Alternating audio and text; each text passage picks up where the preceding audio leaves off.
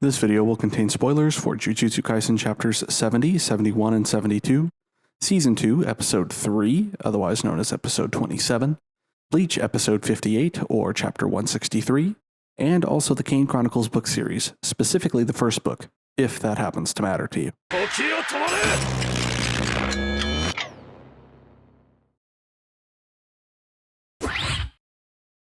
So, the new season of Jujutsu Kaisen has started, and in this series, I'm going to be analyzing the story of the series as it airs and, as a manga reader, comparing the anime to the manga to see what they pulled over directly, what they modified or expanded, and what they just straight up removed. So let's begin with the third episode of Season 2 of Jujutsu Kaisen.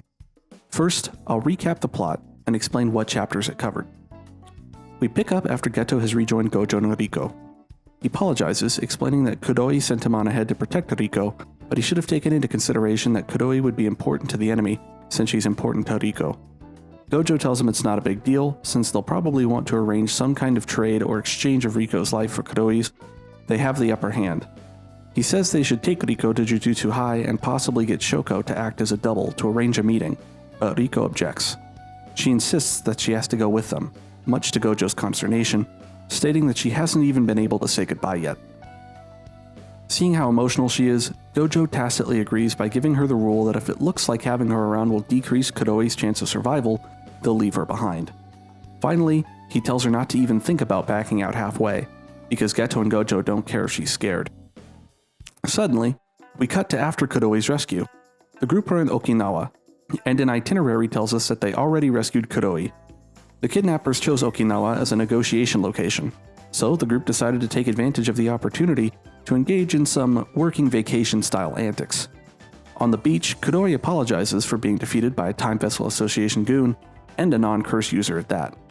Geto reassures her that it was a surprise attack, and it was really his fault anyway. Kudoi questions if it was a surprise attack, since she was on her guard after the Q attack, but also states that she can't even remember being kidnapped.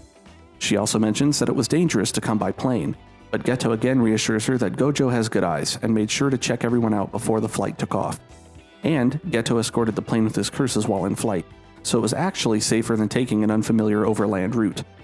Geto is more worried about why they chose Okinawa, with Kudoi speculating that maybe it was to buy time, to attempt to make Riko miss the merger, since they can't seem to manage to kill her. Geto rejects the idea, stating that they would have chosen a more rural area if that were the case. Kudoi realizes that they may be planning to attack them at the airport, but Geto assures her that they're not the only ones who came to Okinawa. We see a first-year Kento Nanami, and another first-year, Yu Haibara, a new character. Nanami states that he doesn't think this is an appropriate mission for a first year, but Yu is excited to show Geto his skills. Yu follows up, pointing out that their senpai are putting their lives on the line to protect an innocent girl, so they have to do their part too, but Nanami isn't into it. In stark juxtaposition to Yu's confidence in them, we cut to Gojo and Riko childishly laughing at a sea cucumber and playing in the water, as Geto and Kudoi watch on like their parents. Kudoi wonders if it's okay for them to go sightseeing, and Geto says it was Gojo's idea, probably his way of showing compassion for Riko in her final hours on Earth. Geto tells them that it's time to go, and Riko is obviously disappointed. Noticing this, Gojo suggests that they leave the following morning instead, to Riko's delight. Geto objects, but Gojo insists it will be safer since it would ensure the bounty elapses on their way back, and outside of Tokyo there will be less curse users. Geto wonders if he's taking this seriously, and confirms if he's been using the Six Eyes constantly since the previous day.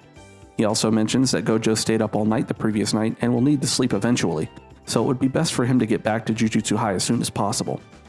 Gojo insists he's fine, and makes a mention of playing Momotaru Densetsu for 99 years being harder, which I will explain in the analysis section of the video.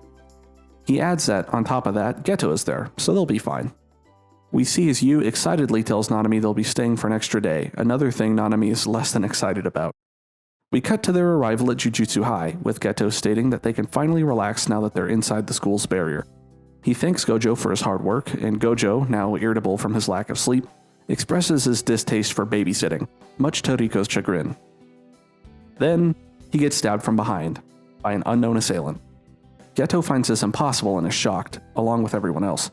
Gojo turns his head to see the man, and asks if he knows him from somewhere, but Fushiguro tells him not to sweat it, as he's not the kind of person to remember a random guy's name either. Next, we see as Fushiguro states that he went to see Gojo once when he was a kid, to see what all the fuss was about. Gojo turned to notice him, and he said that was the first and last time anyone noticed him standing behind them. It was because of this experience that he knew to wait until he had worn Gojo down to strike. Gojo uses blue to pull Fushiguro away from him, while Geto summons the worm curse to immobilize him. Geto expresses concern since Gojo was just skewered like pork, but Gojo insists that he just didn't cast Infinity in time, but he used cursed energy to reinforce the wound and make sure nothing vital was hit or any more damage was done, which he compares to a safety pin going through a knitted sweater. He tells Geto to get Riko to Tengen-sama while he deals with Fushiguro. As Fushiguro destroys the curse and escapes, Geto and the others make their escape. Geto tells Gojo to be on his guard, and Gojo removes his glasses while asking who Geto thinks he's talking to. Fushiguro emerges from the entrails of the worm wielding a different sword, one whose design you should commit to memory. Gojo notices the new armament as well as a cursed spirit Fushiguro now has wrapped around his body, wondering where it came from. Gojo is confused and Fushiguro asks where Riko went. Gojo calls him an idiot, telling him that the bounty had already expired. Fushiguro shoots back that he was the one who took it down, explaining that he used it to wear Gojo down. Gojo casts a large blue attraction field in the air behind Fushiguro, pulling in some of the torii gates he's standing on, but Fushiguro manages to escape to a nearby rooftop. Gojo notices that it isn't just that Fushiguro is fast, it's that he has absolutely no cursed energy whatsoever, and is fighting based on pure physical prowess alone, which makes him a bad matchup for the Six Eyes, since Gojo won't be able to read his moves at all. Fushiguro uses the cursed spirit around his body to swap to his secondary weapon, which is always faster than reloading, by the way, and pinballs around the area while approaching Gojo. Gojo yanks him away, sending him smashing into a building just before he connects with Gojo. Gojo assumes the weapon he just took out is essential to his plan, but taunts him for his inability to get close enough to use it, but is quickly made to eat his words when Fushiguro has disappeared from sight. As Gojo tries to find him, he questions whether he should rely on instinct since his Six Eyes won't help him keep track of him, but he decides instead to read the cursed energy of the spirit wrapped around him, once again expressing surprise at his speed. Feeling as if he has no choice, Gojo employs a maximum cursed energy output version of blue to remove the buildings surrounding him from the battlefield to remove Fushiguro's hiding spots. He still can't see Fushiguro and so assumes he's hiding in the forest. Suddenly, a swarm of fly heads emerges from the forest and surrounds Gojo. He surmises they were stored inside Fushiguro's cursed spirit, and that he's using them like a chaff grenade, a type of grenade Metal Gear Solid players will be familiar with, that uses strips of aluminum to scramble radar frequencies. Unable to see Fushiguro, Gojo thinks to use blue again, but second-guesses himself since Riko is his target, thinking he might escape, when Fushiguro is suddenly behind him. Fushiguro notes that he finally has Gojo on the defensive, since his Six Eyes can detect the foreign cursed energy pouring out of his current weapon, which would make him want to keep it away from him. Fushiguro buries the jute-shaped dagger into Gojo's neck, as we learn its name, the Inverted Spear of Heaven. Its purpose? Forced stoppage of a cursed technique. With Gojo's technique nullified, Fushiguro goes just absolutely bonkers on his leg and follows up with a tiny knife, stabbing it directly into Gojo's forehead as he falls. With Gojo down for the count, Fushiguro expresses that he's finally clearing the dust off his title of Sorcerer Killer. We cut to the bottom levels of Jujutsu High, as Geto, Riko, and Kuroi ride an elevator down to the Tombs of the Star corridor. Stepping off the elevator, Kuroi states that this is as far as she goes, and despite her emotions, attempts a proper goodbye. But Riko cuts her off, giving her a big hug and telling her she loves her. The two have their tearful goodbye, while Geto looks on. The two proceed inwards, and Geto explains that they are now just outside of where Tengen-sama resides, the country's base for primary barriers, the main hall of the Tombs of the Star corridor. Geto explains that all she needs to do is proceed towards the big tree in the center, and a special barrier that only those who are invited may enter through will grant her passage. That is, unless she wants to go home with Kuroi. She is confused, and Geto explains that their teacher, Masamichi, referred to the merger as an erasure, and that he talked about it like it was a bad thing. So, back before they met her at the hotel, Gojo and Geto decided that if she were to decide she didn't want to go through with it, they would call the whole thing off, even if it meant having to fight Tengen-sama.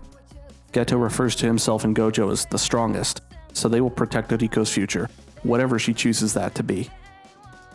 Riko explains that she got used to being special, as she was always told from the day she was born.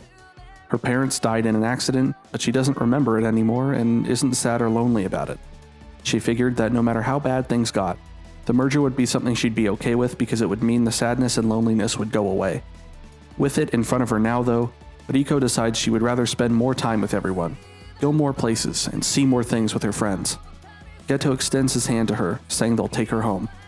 As she reaches out for him and agrees, a gunshot rings out.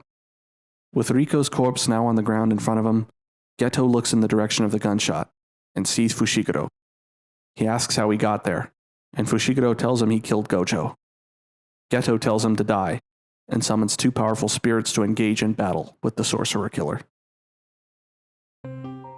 With the recap out of the way, let's go over the main plot points of the episode. 1. Gojo and Geto save Kuroi, and spend some time in Okinawa with them for Riko's sake. 2. They arrive at Jujutsu High safely, but then are attacked by Fushiguro. 3. Fushiguro defeats Gojo and proceeds to the inner sanctum. 4. Geto tells Riko they'll take her home and call off the merger if she decides that's what she wants. And 5. As she decides to leave, Fushiguro headshots her and engages in combat with Geto.